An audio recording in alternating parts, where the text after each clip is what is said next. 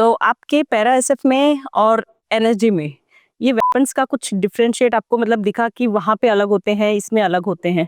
जी, role जैसे कि weapons का रोल अलग है।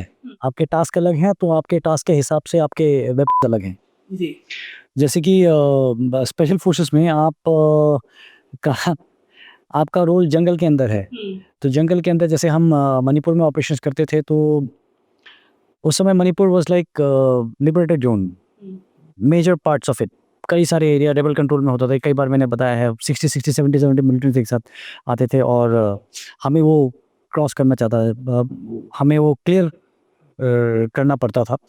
तो जब वैसे ऑपरेशन में आप जा रहे हैं, जब आप कैंप से निकलते हैं, आपको नहीं पता कहाँ पे मिलिटेंट आपका इंतजार कर रहा है। When we moved into Manipur 2004 के अंदर, there was a major operation conducted by the militants। एक आर्मी के काफ़ी कैजुअल्टी हुए थे, करीब 4 एक ऑफिसर एंड 4 अदर रैंक्स, 3 और 4 अदर रैंक्स वर किल्ड। उनका to that extent bulletproof jacket उतार करके मारा था।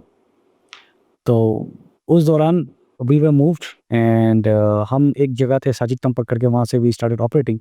और उस समय साजिद तंपक वाज अ वैली पूरे सराउंडेड बाय हिल्स, और रात भर वो आए करके। वहाँ पे हमारे बगल में 27 मद्रास थी, उनके सीओ के कमरे के अंदर एक आरपीजी का राउंड आ गया था।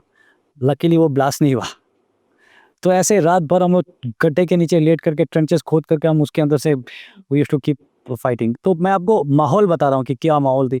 तो हम जब कैंप से निकलते थे, तो यू डोंट नो कहाँ पे आपके लिए मिलिटेंट इंतजार कर रहा है।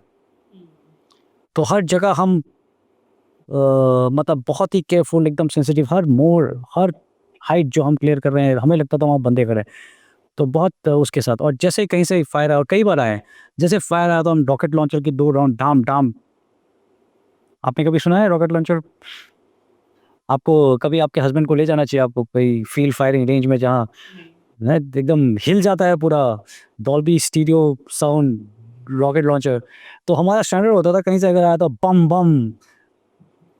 पीकेएमजीस होते थे हमारे पास, मीडियम मशीन गन्स जो मॉडिफाइड होते हैं, जिसको आप लेटा करके बिल्टेड एम्यूनिशन। तो स्पेशल फोर्सेस के लिए वो सब मेन आपका वो है कि रॉकेट लॉन्चर, पीकेएमजी, ग्रेनेड लॉन्चर। कहीं से अगर आपके ऊपर एम्बुश किया, था आपने ग्रेनेड्स फेंके और आप फिर उसको आप क्लियर करोगे। जबकि काउंटर टेररिस्ट ऑपरेशन बिल्कुल अलग है। आपने अगर रॉकेट लॉन्चर मार दिया ताज के अंदर, तो अंदर जो सिविलियन है बेचारा, हॉस्टेज से लेकर के सब कोई मर जाएगा। आप अगर AK-47 लेकर के अंदर घुसेंगे और बुलेट्स मारेंगे, वो बुलेट रिकोशे करके आपके किसी को मार देगा। सो यू नीड सब पावर वाले कैलिबर वाले, कम पावर वाले कैलिबर वाले। तो उसके लिए आपको 9mm इस्तेमाल करते हैं। MP5 मेन आपका वेपन्स होता है रूम क्लियरेंस के लिए। सो इसी के लिए मतलब जो आपके टास्क की वजह से आपके जो वेपन्स वगैरह हैं वो बिल्कुल अलग हो जाते हैं एनर्जी और इसके अंदर। सो स्पेशल फोर्सेस में लॉन्ग रेंज वाला, जो आप कम से कम असॉल्ट राइफल्स वगैरह 400 मीटर्स पे आप इंगेज कर सकें, जो मैं आपको बताया, रॉकेट लॉन्चर्स, ये सब मीडियम मशीन गन, इसके ऊपर ज़्यादा फोकस होता है। और इसके अंदर भी होता है, ऐसी बात नहीं है कि नहीं। There is in fact when you are asking me about energy के, वो there is a support weapon important, जैसे डेडिकेटेड पूरा सपोर्ट वेपन्स का अलग होता है। बट आप जब रूम टू रूम क्लियर कर रहे हैं, you have to be very careful. हर रूम को मैं अगर एंटर करूँ, अगर सिर्फ मिलिटेंट है, सिर्फ टेररिस्ट है, फिर तो बहुत आसान है ना, 4 ग्रेनेड फेंके, मारे और निकल गया। But hostages? बट अगर अंदर अगर सिविलियन है, कोई बच्चा अगर बिस्तर के नीचे लेटा हुआ है और इंतजार कर रहा है कि एनर्जी कमांडो आएगा, तो आप वहाँ तो फायर करते हुए नहीं जा सकते ना।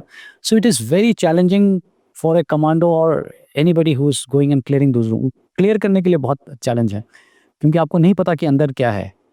कोई दोस्त है, कोई जख्मी है, कोई लेडी है, कोई प्रेग्नेंट लेडी है, या वहाँ पे आप ब्लास्ट करते हुए नहीं चल सकते।